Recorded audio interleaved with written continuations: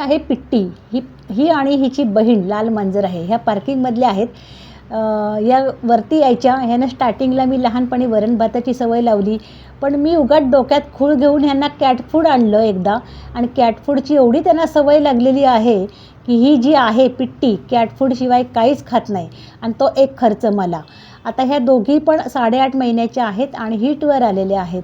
आता हीटवर आल्यानंतर त्यांचं ऑपरेशन करणं गरजेचं आहे. नाही केलं तर मग त्या वर्षातून 3 वेळा पिल्लं घालतात, आणि एवढी पिल्लं सांभाळणार कोणी?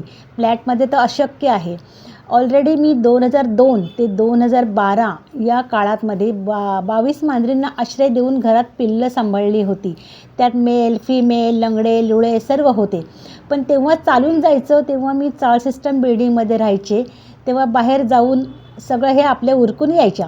पण फ्लॅटमध्ये तसे शक्य नाही. त्याच्यामुळे एवढी पिल्लं जर घातली तर मी हे फ्लॅटमध्ये मॅनेज नाही करू शकत. तेव्हा मी उत्तम पर्याय निवडला आहे, स्टरलायझेशन. आणि आज संध्याकाळी यांना घेऊन जाण्यासाठी एक मॅडम येत आहे, हिला आणि त्या लाल मांजरीला. आणि एका मांजरीचा खर्च ऑपरेशनचा 5 ते 8 हजार असतो. सर्वांना माहिती आहे प्रायव्हेटमध्ये किती खर्च असतो. तर दोघींचा खर्च, त्या मॅडमचा केज घेऊन येणार त्याचे चार्जेस, आणि तिचा रिक्षाचा येण्या जाण्याचा खर्च मला किती पडणार आहे हे समजून जावा. आणि एवढं मी प्रत्येक करतेच, म्हणजे जेव्हा मला जमेल तसं, कारण तेवढं देव आपल्याला देतो सुद्धा. आणि नाही त्यांचं ऑपरेशन केलं तेवढी पिलावळ माझ्या घरामध्ये होईल मी सांगू शकत नाही. थांब ना जरा.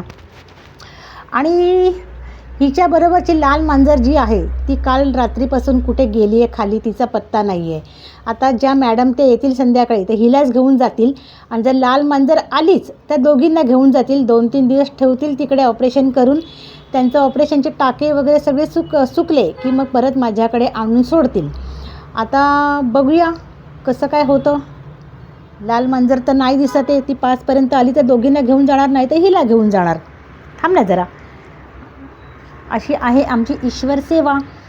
KDMCमध्ये फक्त कुत्र्यांची नसबंदी फुकट होते, मांजरींची फुकट होत नाही.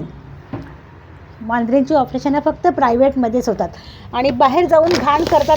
त्याच्यामुळे मी ही 250 रुपयाची लिटल मातीसुद्धा आणलेली आहे ना शू करण्यासाठी. मला 8 दिवसातून 500 रुपये खर्च येतो.